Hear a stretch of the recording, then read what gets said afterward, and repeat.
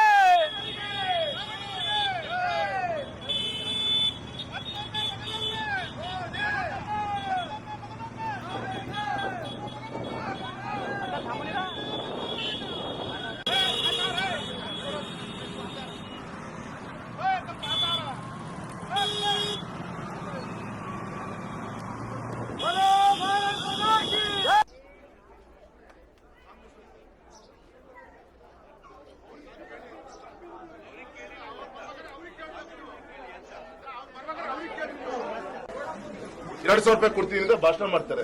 ಇವತ್ತು ಸಂಜೆ ನಮ್ಮ ಮೈಕೈ ನೋವಿಗೆ ಅಂತ ಹೇಳಿ ಸ್ವಲ್ಪ ಟಾನಿಕ್ ಗೊತ್ತಲ್ಲ, ನಮ್ಮ ಬಡವ್ರ ಟಾನಿಕ್ ಯಾವ್ದು ಅಂತ ಹೇಳಿ ಒಂದು ಕ್ವಾರ್ಟರ್ ಹಾಕಿದ್ರು ಕೂಡ ₹40-50 ಒಂದು ಕ್ವಾರ್ಟರ್ಗೆ ನಾವು ಅಬ್ಕಾರಿ ಟ್ಯಾಕ್ಸ್ ಕಟ್ಟಬೇಕು.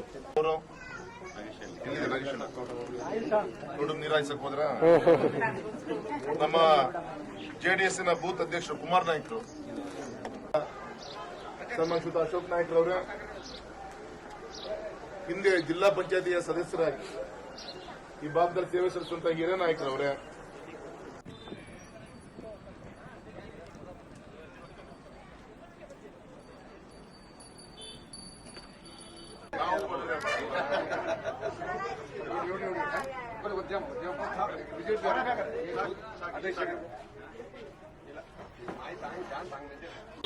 ಕೊಡುವ